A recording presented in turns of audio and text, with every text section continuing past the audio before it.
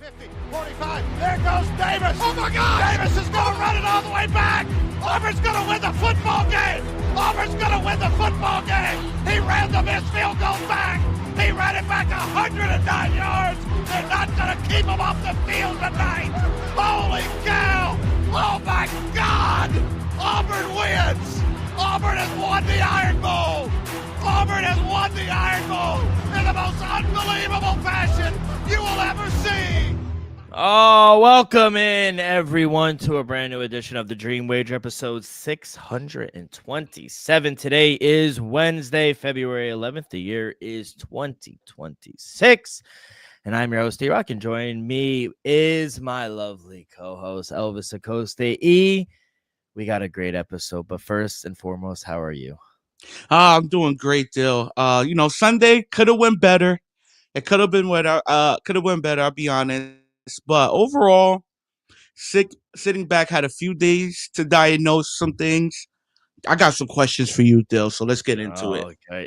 No, this is not going to be about me. I want you. I know a couple days have passed, and a lot of people are moved past it, but you were not here. Thank you for calling us back and getting a few words in on Sunday to talk about it, but I'm going to give you your chance. I have some questions I want to ask you. We'll react for Super Bowl. Quick look, maybe, to Super Bowl 61. It's still in California. I think it's at SoFi next year. Yeah, it's at SoFi, which is ridiculous because wasn't it there like 2 years ago? No, when the Rams won it 4 years ago? Something like that. Yeah. Yeah. So I don't like the fact that it's back-to-back California. No, I don't either. Yeah. We got some picks as well. We got a 14-game slate here. Big slate. I think it's the last one until the All-Star weekend this weekend, which is in California in the Intuit Dome. So everything's in Cali. All this money. Yeah. Where's it going? Fraud. Hey, that's a different podcast. And then we got some college hoops, a really good slate. I went 2-1 yesterday in some college, but I got some 6 plays for you. Nice little 6-pack to go into Thursday. But Elvis, real quick, the ratings have come in, and the average person, it was 124.9 million viewers, making it the second most Super Bowl watched ever. Wow. Behind last year's Chiefs and Eagles game. And real quick, the reason I bring that up is because a lot of people are like, oh, it was a boring Super Bowl. It was defense. Patriots scored no one scored a touchdown till the fourth quarter. A defensive guy here. I played defense my whole life. I fucking loved it. I thought it was an amazing Super Bowl. Mm-hmm. First, I got so many, so don't dive too deep. I got so many questions. All right, so I'm going to just answer your question. Yes. Thoughts on the Super Bowl? See, that's a loaded question. All right, thoughts on being at the second most. Did you enjoy it? Did you think it was an entertaining Super Bowl? From a fan perspective, so I'm gonna take myself out from a Patriots fan. From a football standpoint, as a football fan, was it the most exciting Super Bowl ever? No. But was it a good watch? Absolutely. To me, it was a defensive battle. Yeah. That defensive line, like I said on the phone, Witherspoon, Murphy, Hall, those guys are just constantly getting after the quarterback. And then on the opposite side, we saw Christian Gonzalez put on a master class.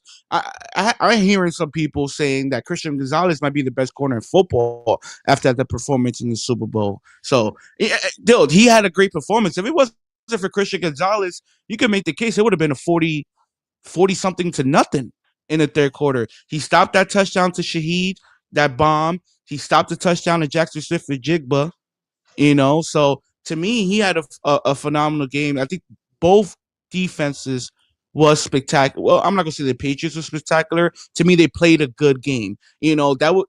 Defensively, they played well enough to win the game. And then Seattle, to be honest, they had an all-time performance. So I want to give credit to McDonald and the defensive scheme because that was one of the, especially in the first quarter, I think that was one of the better defensive halves, not just in Super Bowl history of all time. I think we punted 6 straight possessions during the game. So Seattle's defense was phenomenal. Christian Gonzalez was amazing. Yeah, from defensive perspective, Real quick, I got to take you out. You are buffering like crazy, so I want you to get the Wi-Fi in order before you come back. But Yeah, I agree. I think it was a defensive performance across the board, especially from, the Seattle Seahawks. They were pressuring even the Patriots. They were pressuring a lot early on into the game. I think Next Gen Stats had something crazy. The Patriots have spent 5 pass rushers on Sam Darnold's 7 dropbacks through the first quarter. So it wasn't like they weren't pressuring him. Can you hear me now, E? Yeah. I All was right. hearing you the whole time. I guess I was just lagging, Yeah, but yeah, the real, defensive yeah. pressure. I'm pretty sure Drake May has the Patriots allowed the most pressure in NFL Super Bowl history at a 53% rate.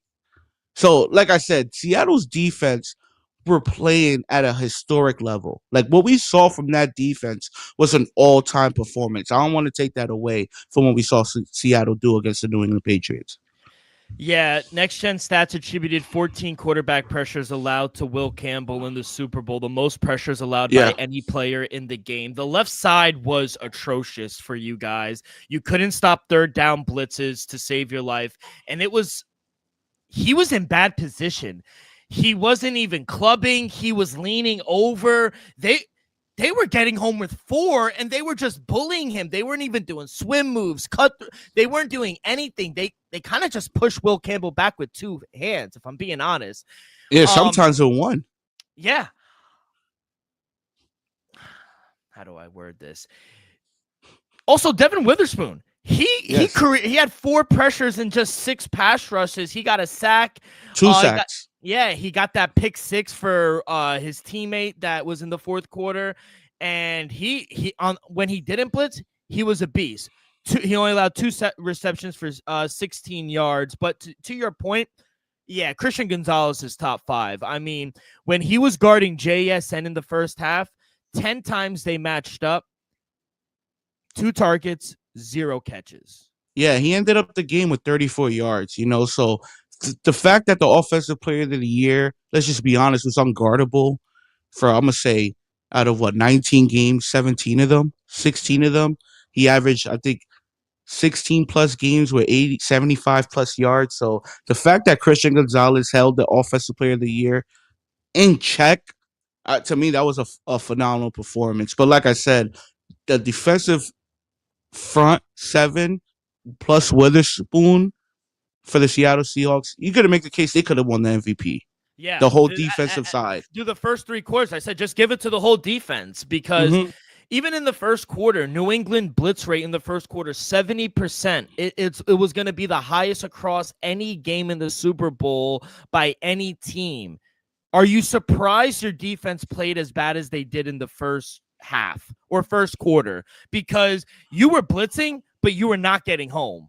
Yeah, I'm not going to say bad. I felt like we was getting pressure. I think we just got to give Sammy D more credit because he avoided a couple sacks. Because it was time he was touched, but he didn't go down. It was times where he had to move right, move left, move up in the pocket to get the throw off. So I think our defensive plan, like we saw it in the first 2 drives, they got the 3 points on the field goal on the first drive, but we had our chances. We saw Marcus Jones only get an interception the first drive. The second drive, Christian Gonzalez almost got an interception. So we had our chances. We just didn't capitalize on the opportunity. So I just felt like after the first 2 drives, like you said, after all those blitzes, Sammy D just got settled in a little bit. And you could tell, yeah, that's a great point because those first 2 passes, Sammy D was threading the needle. Let's just be honest. The first 3 passes of the game for Sammy D all on harm's way.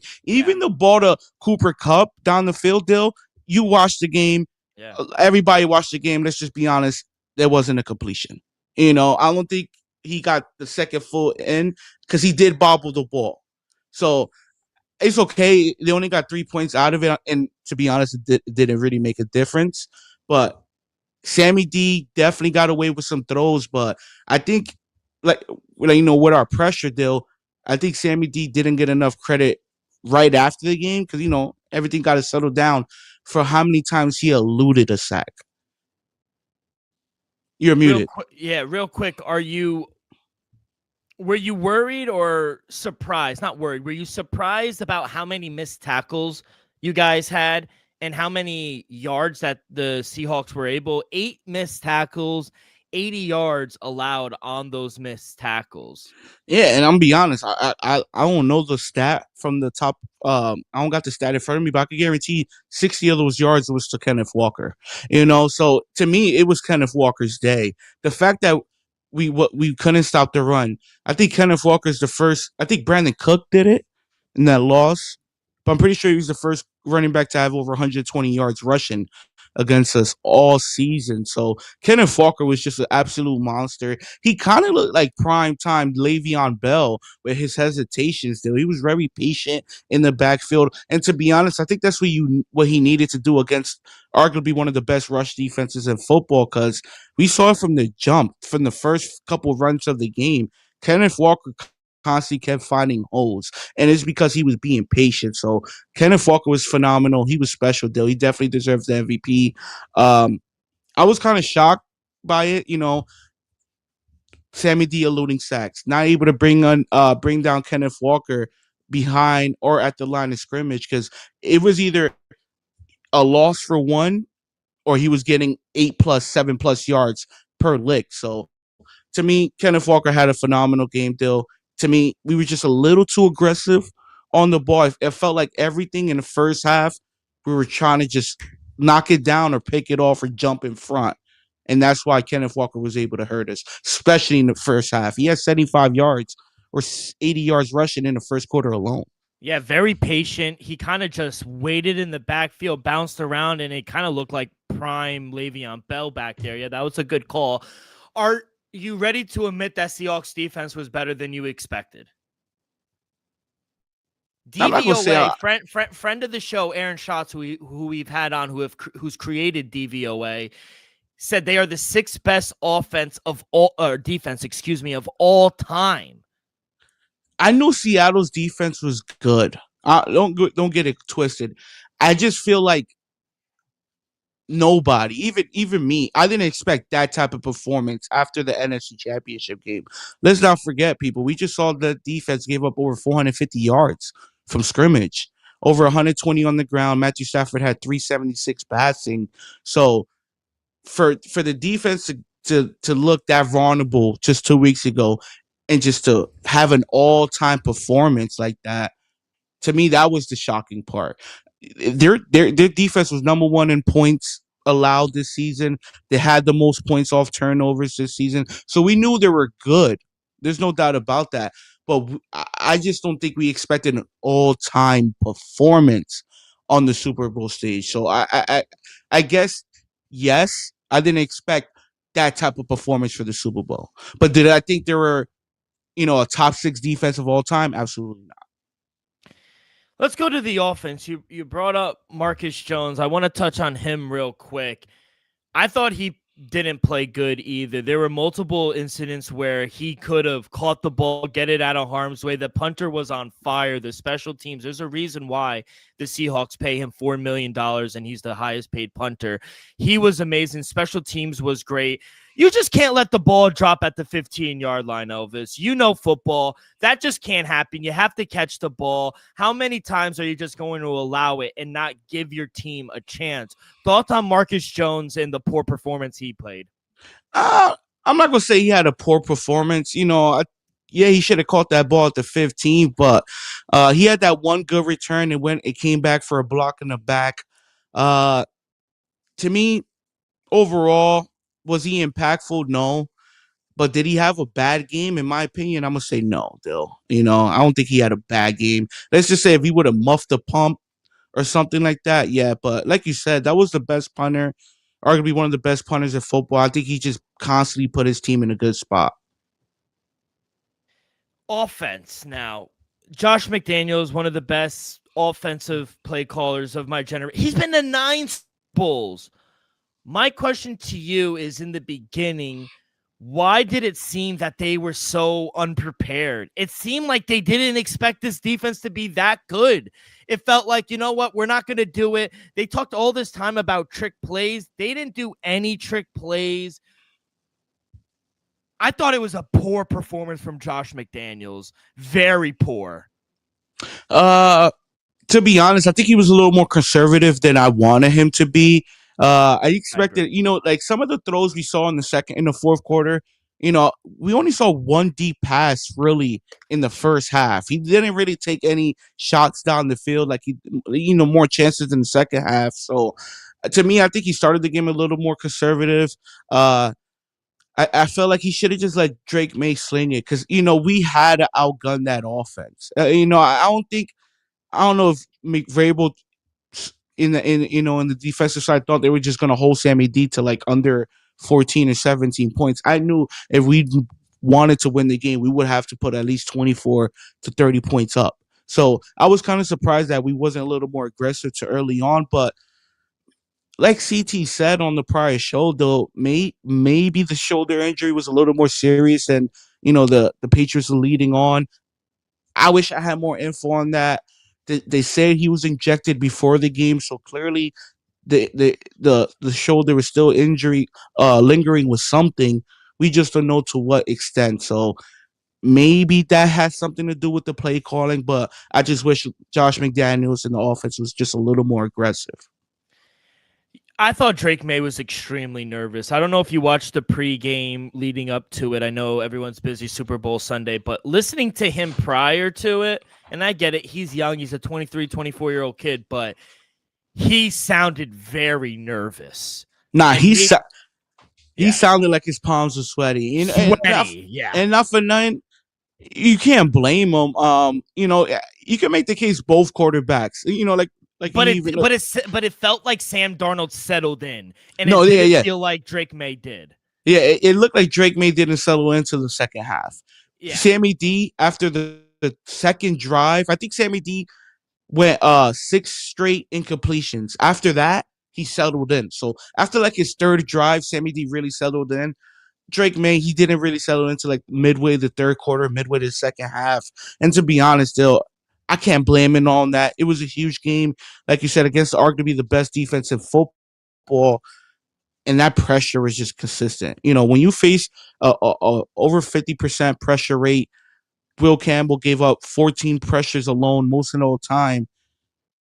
Facing the Chargers defense, got sacked 5 times. Facing Houston defense, got sacked 6 times. Facing the Broncos defense 5 times, got sacked 4 or 5 times. So I could see why he was a little nervous. I could see why he's a little hesitant, why he got a little bit of happy feet in the pocket. He went through, you can make the case Drake May had the hardest stretch in playoff history through the defenses he faced. So, is it fair to criticize his play on his nervousness? Yes. Do I blame him for being nervous at 22 years old, being his first Super Bowl? Absolutely not. There are some things I will not blame him for being nervous. I think anybody will be nervous in their first Super Bowl, regardless of age. Some of the throws I won't, even the turnovers, like the fumble, I'm not really going to fault him. The pressure was there all day. Interception was bad. Yeah, the interception throw to Love that was the worst throw of the day for either side. Yeah, I agree. Yeah, I don't think Sammy D really had a bad throw. Maybe the one he overthrew to JSN in the first quarter. That's it. I can't really say Sammy D had a bad throw. Yeah, no, and I want to put something to bed now because I am a Sam Darnold fan. I would never say I'm a Seahawk fan. I was rooting for my bets. I think we could put the whole Sam Darnold in the playoffs thing to bed. Yeah, he led it, and great with your stats. I love you when you come here with numbers and stats. Yes, he led the league in turnovers. But in the when it really mattered, goose egg. He did not turn the ball over, and I think that was the difference maker. You could put that all to bed. Yes, even last year, he fumbled. He had a great regular season, but when it mattered, last 2 regular seasons, the first game in the playoffs, he did not play good.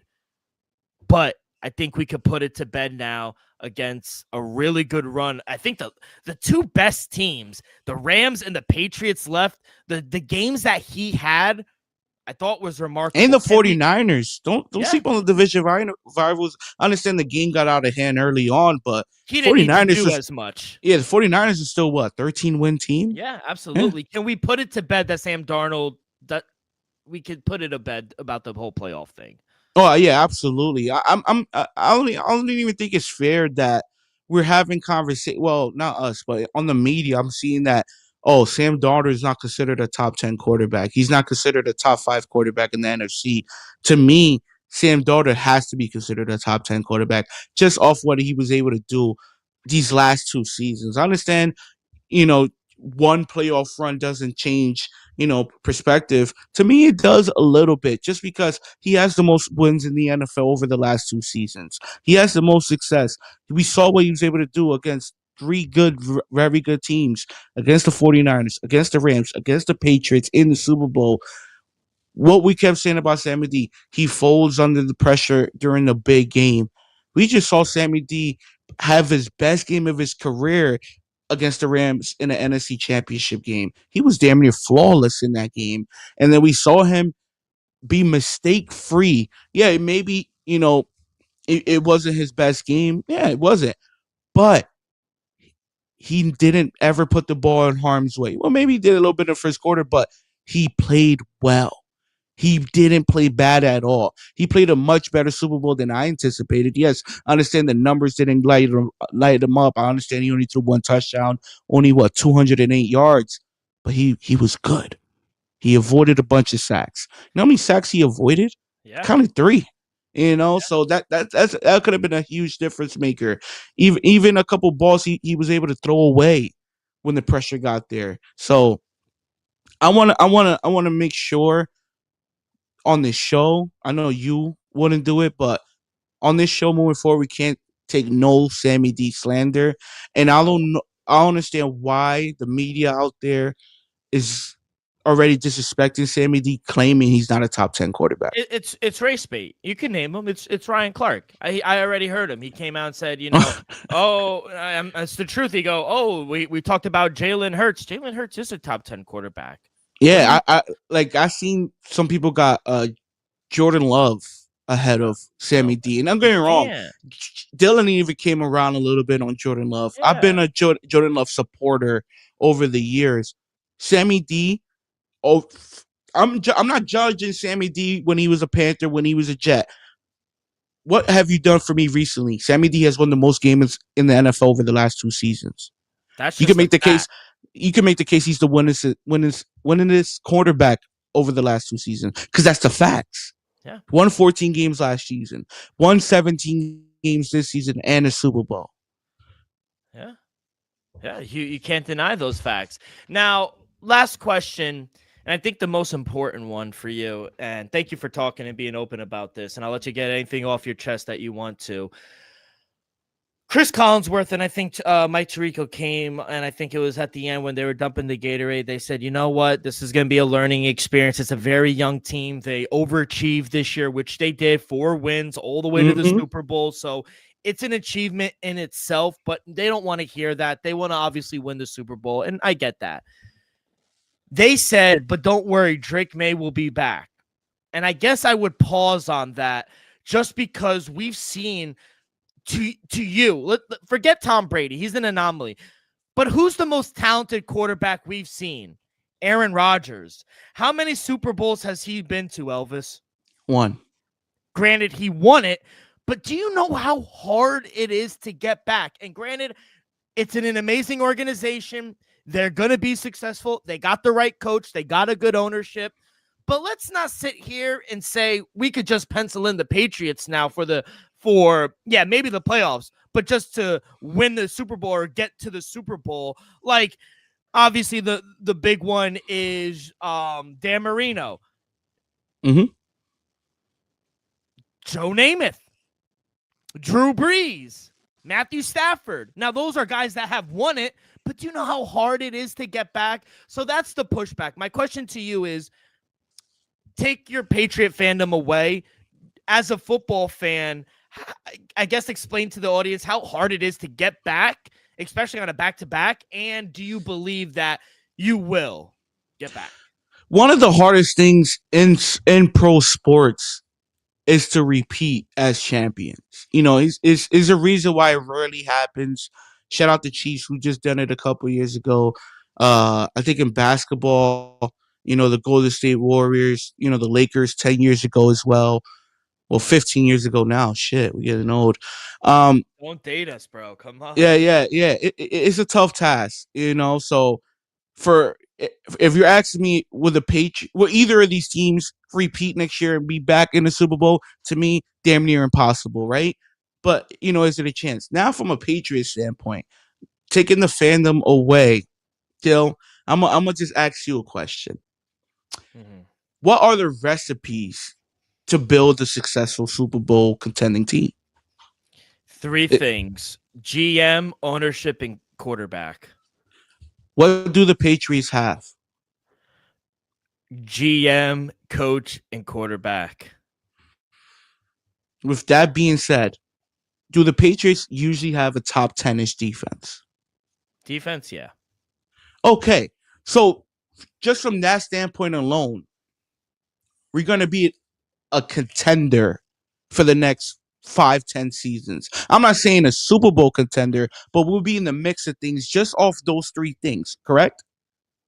I think you'll be contenders, but I don't think you'll be back in the playoffs within the next, not playoffs, the Super Bowl within the next 3 years. I think our window is the next 3 years, just because Christian Gonzalez is on a rookie deal. Drake May is still on a rookie deal. Travion Henderson is on a rookie deal. Radron Stevenson, this is next year's his last year of his deal as well. So I feel like I can honestly, being a Patriots fan, I can say this. I think we'll be better next year. I think Drake May will be better. I'm not saying we're going to go to the Super Bowl next year because I think, Patrick Mahomes and the Chiefs going to have something to say. I think the Bengals and Joe Burrow going to finally wake up and have something to say. Maybe Josh Allen wants to go to his first Super Bowl. Maybe Lamar Jackson got something to say about that. So, me personally, I think it's going to be tough for the Patriots to get back, but do we have the recipe to get back? Absolutely. So do I love my chances the next 3 to 5 seasons to go back? Absolutely. But is it guaranteed? Absolutely not.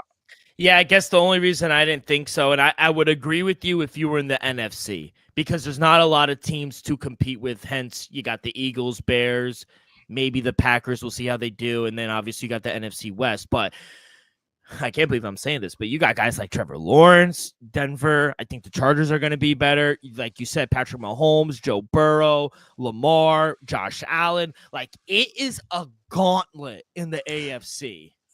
Yeah, absolutely, Dill. But we just saw Drake May finish second in MVP voting. I understand we had an easy schedule, no doubt about it. But Drake May isn't going anywhere. Mike Vrabel isn't going anywhere. And those are the two things you need to be a successful franchise. And we have it, and we have a solid defense. So, of course, I love our chances. To me, it's going to be tough to get back to the Super Bowl no matter what. But do we have a championship window for these next 3 seasons? You damn right we do. Knowing what you know now, would you draft Caleb, keep Drake, or draft Jaden Daniels? Because I think I heard a lot on Twitter after the Super Bowl, because, the bullies love to come out after. They said it's a good day for Jaden Daniel fans because, Drake May didn't obviously play well, but Jaden Daniels never went to the Super Bowl. From right now looking in, I think Caleb Williams is looking really good. Yeah. Jaden Daniels, I like Jaden Daniels. I think out of the 3, he has the highest ceiling. Oh, wow. Okay. But the injuries worry me a little bit. Mm-hmm. Second season, he already missed 8-10 plus games. So that worries me a little bit. I'm happy with Drake May. I think Drake May at least proven already he's capable of being a top 10 quarterback. He finished second in the MVP voting. So I'm content with Drake May. To me, there's no it shouldn't be any question. Don't get me wrong. Caleb Williams and Jaden Daniels, phenomenal. Would I want Caleb Williams over Drake May? Hey, possibly. But I'm happy with Drake May. But I think Caleb Williams is special. I think he will be a Super Bowl winning quarterback. Wow. I think Caleb Williams will be a league MVP one day because Yeah, I he's believe that. special, you know. But do I think Drake May will be those things? Absolutely. Do I think Jaden Daniels? I think Jaden Daniels has a chance to be a league MVP. I think Jaden Daniels has a chance to win a Super Bowl. But out of the three, I will give the best chances to Drake May and Caleb Williams. That was the right answer. I'm glad. You got to stick with your guy. Regardless of what things might happen, you got to stick with your guy. Over the first two seasons, who got more wins? Drake May. Hey, Who been to the Super Bowl? Drake May. Who finished top 2 in MVP voting? Drake May. Mm-hmm. Who has more rushing yards? No, honestly, Jaden Daniels. Honestly, I don't know. Jaden Daniels didn't miss a lot of games. He might be up there. Him and Drake May might have around the same rushing yards. Talk to him. Who has more passing touchdowns? Drake May. Who has more passing yards? Drake May. Shout out Caleb Williams, though. I think he is the most talented one out of the three. We'll see. Yeah, I think he's the most talented. But I think Jaden Daniels is, when healthy, he could be very, like, I think Jalen Daniels could be a multiple-time MVP winner if he's healthy. Yeah, that's how special I think he is. I mean, you mentioned earlier about, repeating and how hard it is to repeat. If we look at Super Bowl 61 odds already, it's never too early to talk about it. Seattle obviously is the favorite to repeat at plus 750, which, they're a very young team. The defense is young. They have a lot of money too. They're like fifth in cap space to bring back $70 million. To me, the key for the offseason for the Seattle Seahawks, you have to re-sign Kenneth Walker III. After what he just did in the playoffs, because we know Chardonnay will miss the beginning of the season with this torn ACL. He's a free agent, Walker III. To me, you have to bring Kenneth Walker III back, and you have to keep as much as that young secondary core. That secondary plays phenomenal. If you could keep that core, the Witherspoons, the Woolen, the rookie that sprained his ankle, well, not, hurt his ankle right before the Super Bowl. He had a pretty good game. If you could keep that core together, oh, man. Yeah, so right now, unrestricted free agents, you got Kenneth Walker, you got Reek Woolen, Rashid Shaheed, who they just traded for. They got a corner, Josh Jobe, Kobe Bryant, who 2 times he could have got a pick at plus 950. I was screaming.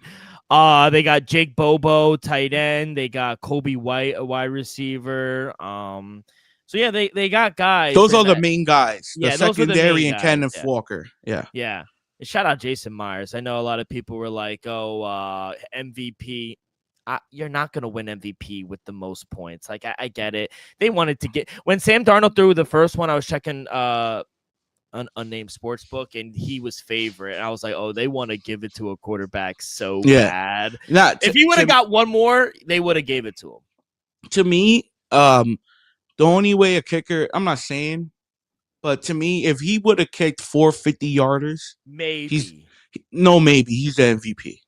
But if they get a touchdown other ways, they're not going to give it to him. Oh, no. They're never going to give it to him. Like, if they would have won the game, like, let's just say we would have saw, like, the Pittsburgh Steelers opening day, win the game, 6 field goals? Something like that. If Jason Myers would have won the game, if the Seahawks would have won the game 18-13, that was the MVP.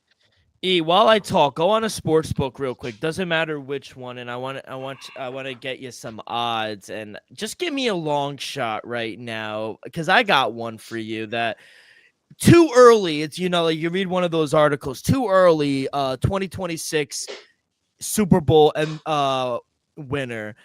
It's not Seattle. It's not the Rams who are second at plus 800. They got Ravens at 12-1. That's terrible. Hey, the New England Patriots are 17-1 right now.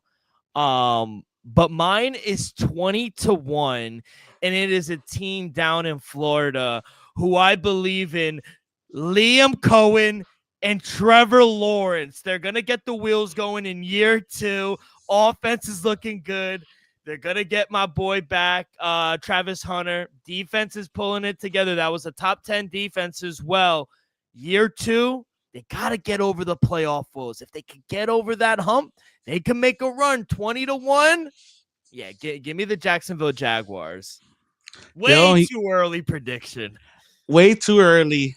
I just said it a couple minutes ago. Dill, I was almost right last year. What did I say during our preseason futures? My dark horse was the Denver Broncos to win it all. And Dylan, I'm on record. Right? I'm on record calling the Broncos number 1 seed. If Bo Nix didn't get hurt, as a Patriots fan, I'm the first one to tell you the Broncos would have been in the Super Bowl. Right? Mm-hmm. I want to go on the record right now, Dill. Wow. And tell you who's going to be in the Super Bowl. One team. Give me the Chicago Bears at plus 2,700 to win it all. Dylan, I'm telling you right now, I called the Broncos last year. Watch out for the Chicago Bears. They have some cap space. They have a first-round pick. They might have 2 first-round picks. No. I'm bugging. They have a first-round pick. I'll check. They have some cap space.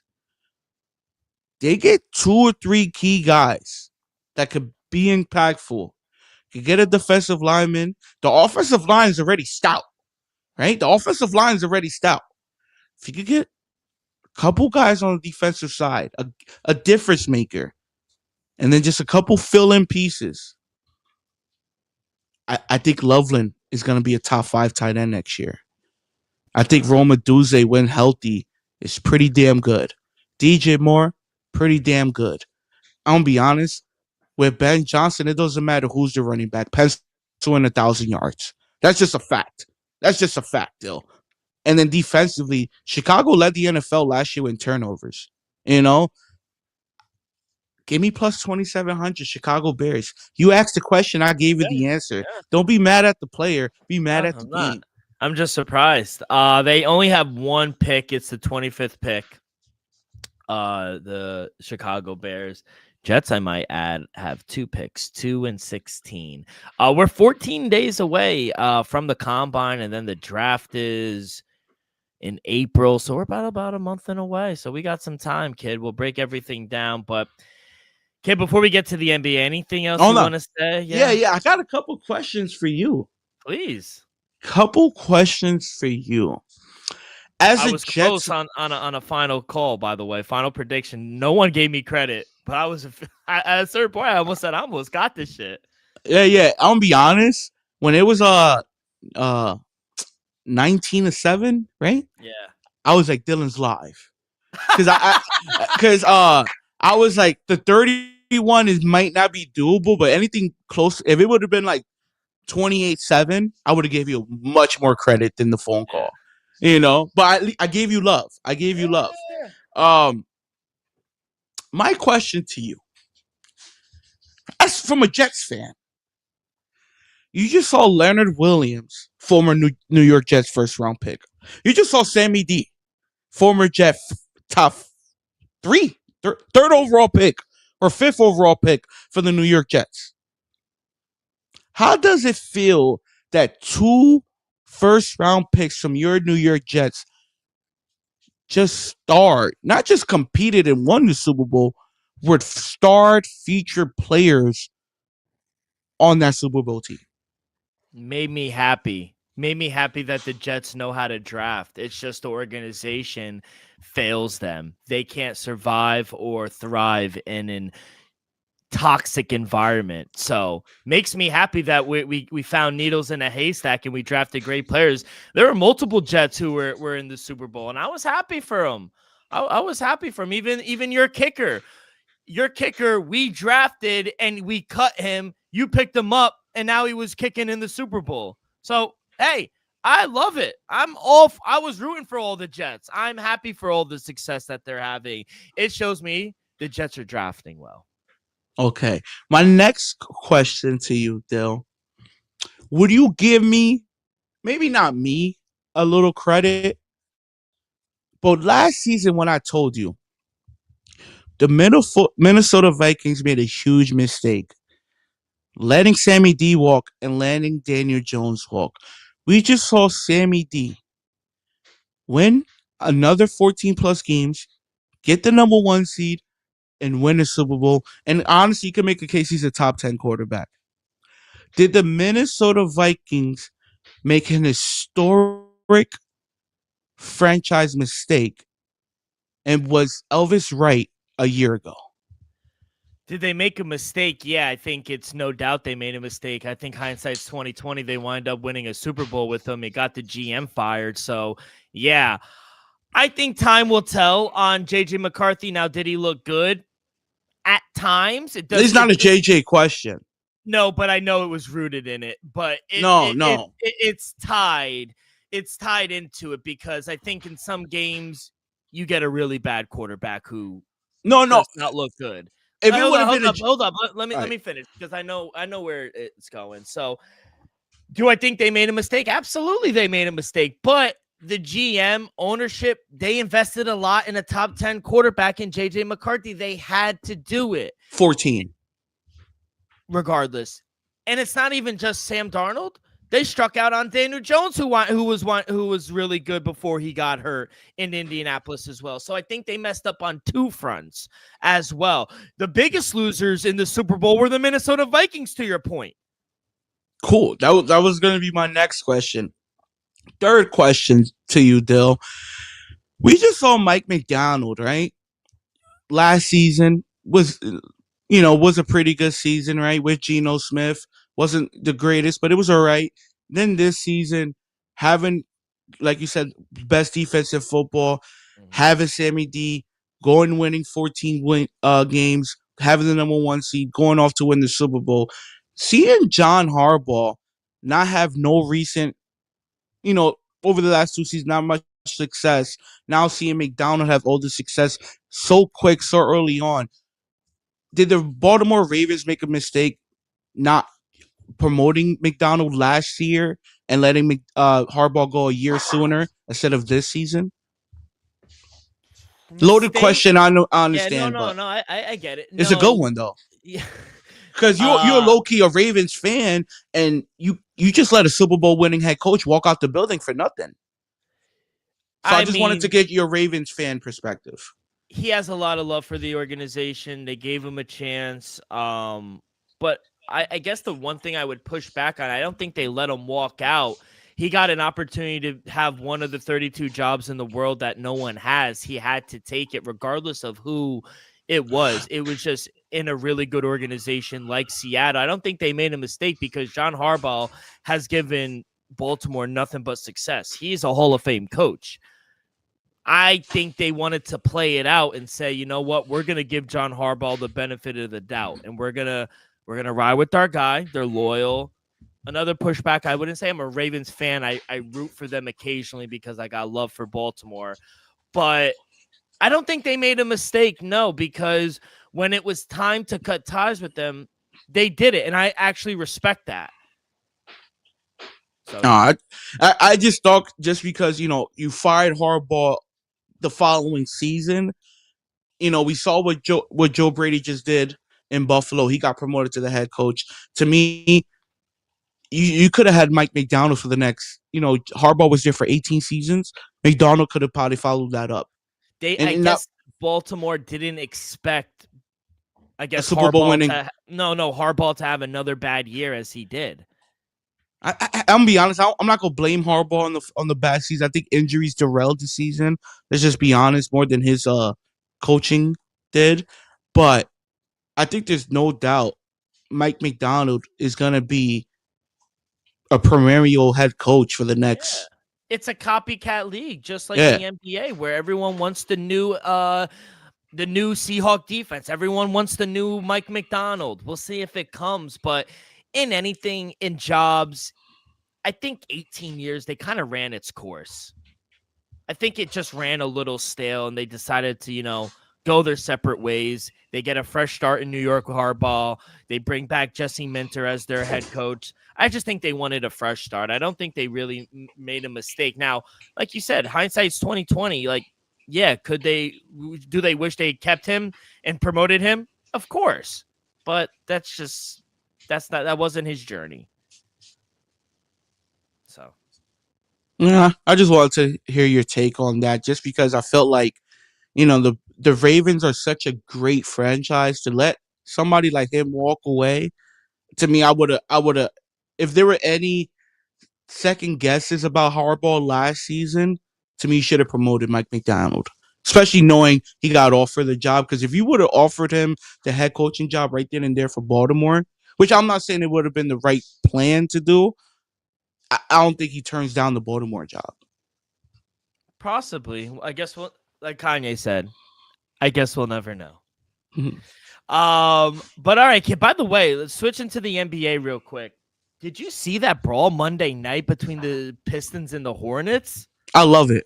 I want to. Now, I'm not advocating for violence, but I want to see that more often. I do too. And real quick on fighting, I think because let's be honest, growing up until today, I think fans have been bugging a little more. Like they've been saying they got slicker mouths. Oh yeah. And they're like antagonizing and egging on these athletes. I think if you say something racist or you get an opponent or you touch a player, the player has the right to punch you. What, a player or a fan? Just saying so. Okay, all right. I'm not for a player putting hands on a even if on he a said fan. Something racist? No, he could say anything. Tell me that wouldn't sell though. But it would say it on your ticket. If you buy a Knicks ticket or a Nets and you go subject, your words might have consequences. Yes. Okay. If you have a disclaimer for every ticket, that's fire. Yes. But no. Do I feel like the NBA shouldn't suspend or fine players for throwing a punch? Yes, I will go with that route. To me, I'm not saying it shouldn't be any discipline, but from a NBA standpoint, from a fan standpoint, this is what you want to see. I know there's people out there that tune into hockey because of some of the fights. I'm not saying that we want to see all-out brawls in the NBA, but I'm tired of this friendly bullshit we see in the NBA. I want some aggression. I want every game that I see. I want somebody on the court like Dylan Brooks, who personally don't like you, who's going to make you have a tough night.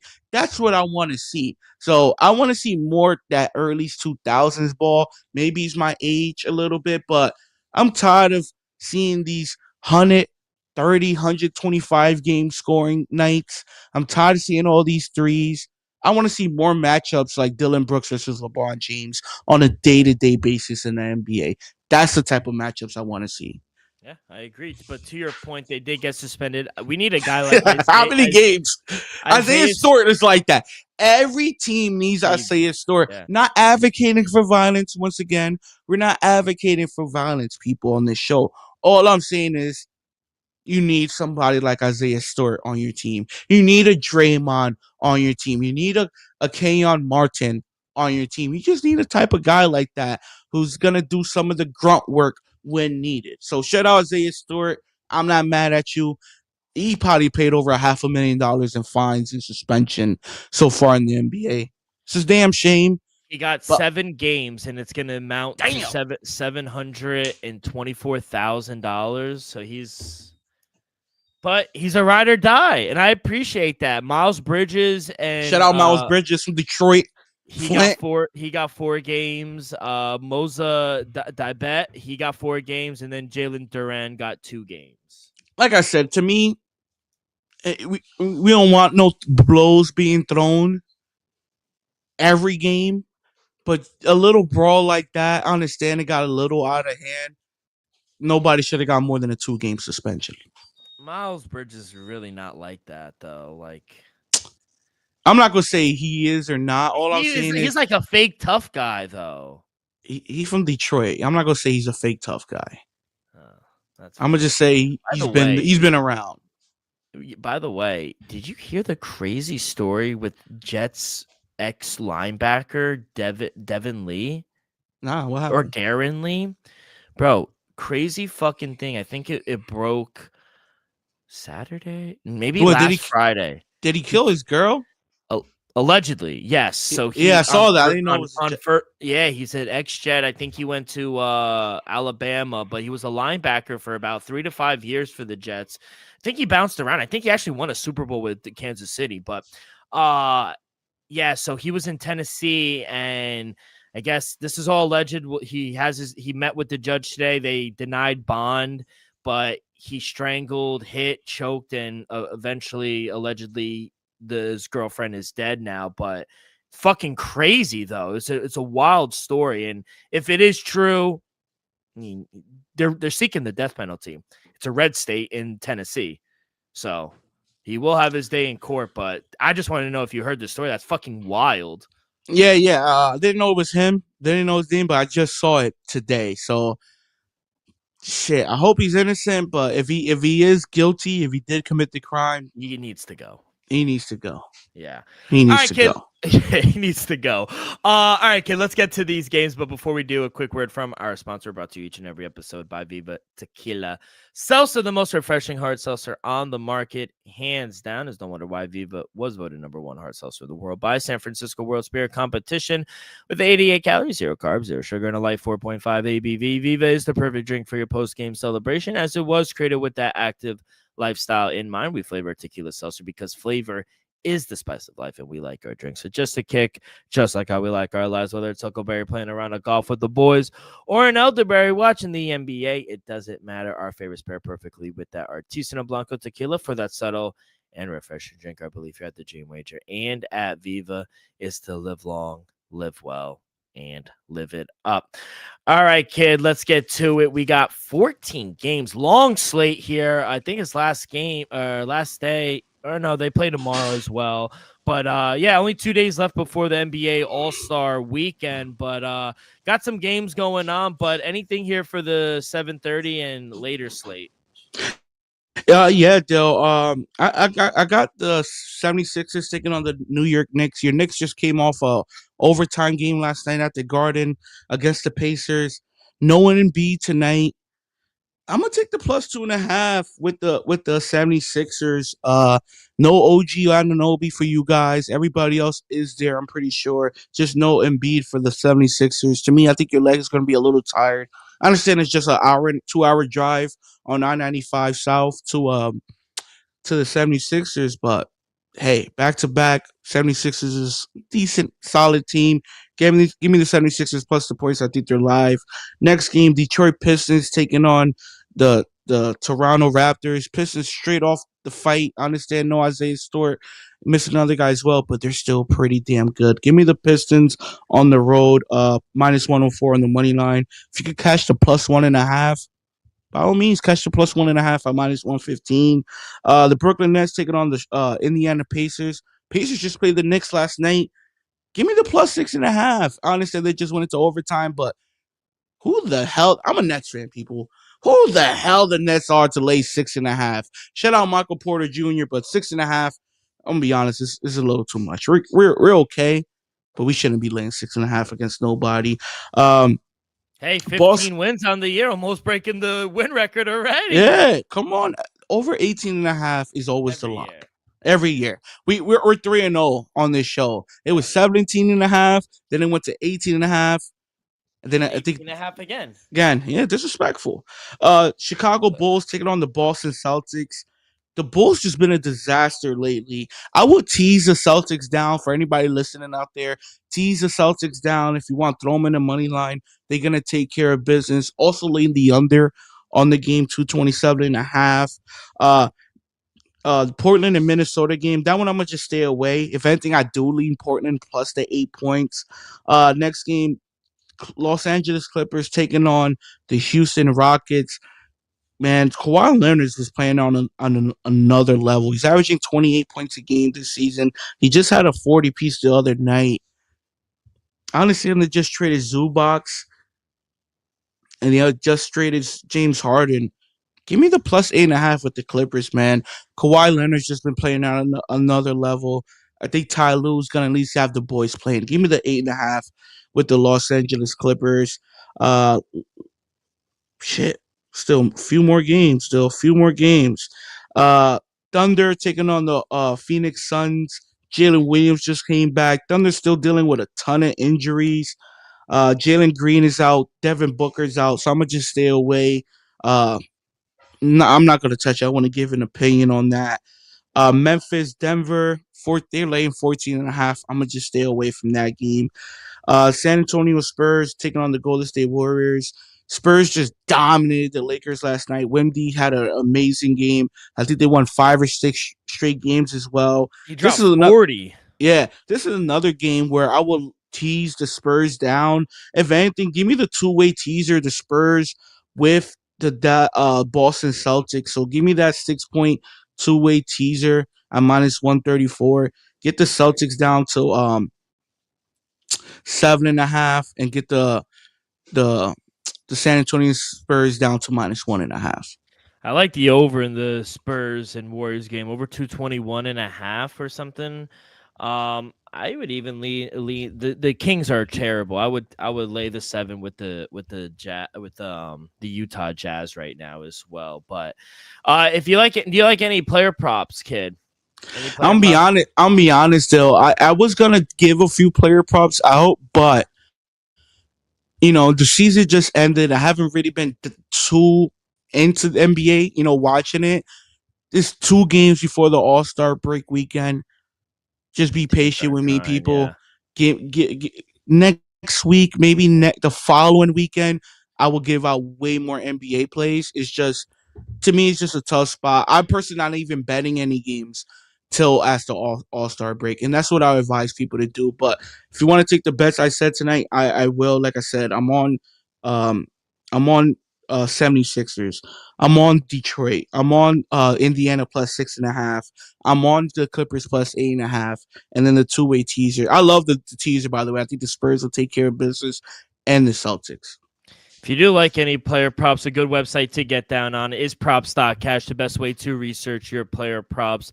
Elvis and I have been using Props.Cash for a while now. It's helped us find an edge in several player prop markets. We just cashed out. We got a lot of winning bets in the Super Bowl. So you can go on the app or on the web, and you'll get quick visual data on player trends, matchup history, and recent performance across every major sport. So it's clean, reliable stats that make it really easy to spot some value when you're a bet. And plans start at just $19.99 a month. And right now you can get 25% off your first month with code DREAM25. That is DREAM25.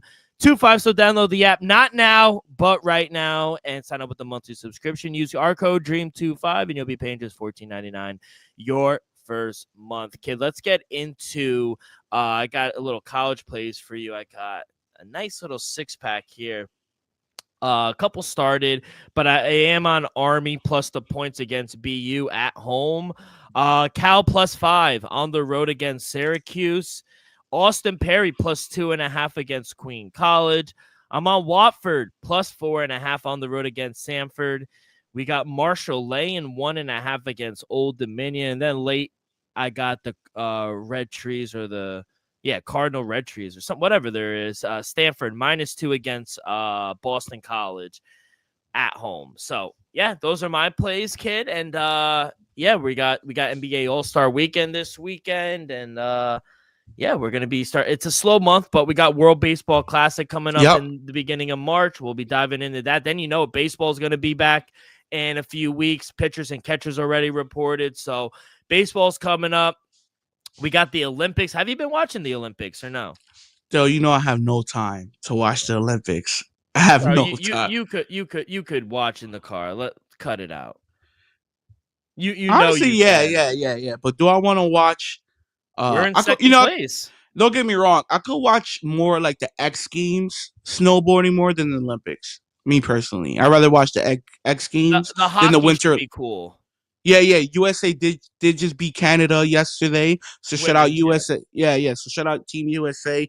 Hopefully we go for gold there. That'll be great. But to be honest, when it comes to winter sports, I'd rather watch the X Games. I'm just being real. Yeah, I appreciate that. Right now, Norway is in first place with 7 gold medals, and they have 13 total medals. The United States is in second with 12 total medals, 4 gold, 6 silver, and 2 bronze. Norway sounds about right for winter sports. Yeah, hey, that was your Olympic talk, but And not for nothing, shout out. I think it was Jamaica. I think they won gold for sledding, men's sledding. Pretty sure they won gold. They don't even snow in Jamaica, so shout out Team Jamaica winning a gold. Sure? Yeah, I'm looking at it. I don't even see Jamaica in the thing. We got to fact check you. Yeah, fact check. No, I'm dead ass. Jamaica won. I believe you. I just don't see it. Or they made the finals. What should I look up? Jamaica Winter Olympics gold. Winter. It's a thing where you hop in it. Jamaica bobsledding team continues Cool Runnings legacy at Winter Games, so they're doing good. Yeah, I'm telling you, they're not playing. I'm shocked. Yeah, good for them. Shout out Jamaica. Yeah, they don't even get snow over there. How they good? Traded, baby. Yeah, that's funny as fuck. Yeah, I saw it. I was like, oh, shout out Jamaica. They out here winning the sled. It's sledding. How? That's the $1 million question. Not for that. Every country, like in the Arctic, should be fully ashamed of themselves. Every country in the Arctic should be fully ashamed of themselves if Jamaica wins gold. If Jamaica stages, you should be ashamed of yourself. Shout out Jamaica, though. Shout out Jamaica, E. Shout out you. Sorry again. Thanks. You see, I've been watching. Yeah, hey, shout out you. You had to fact check me. But thanks for coming on. I appreciate you. We'll see you guys on Friday for some NBA All-Star talk. But until then, take care of yourself. Enjoy the show, and we'll see you guys on Friday. Peace.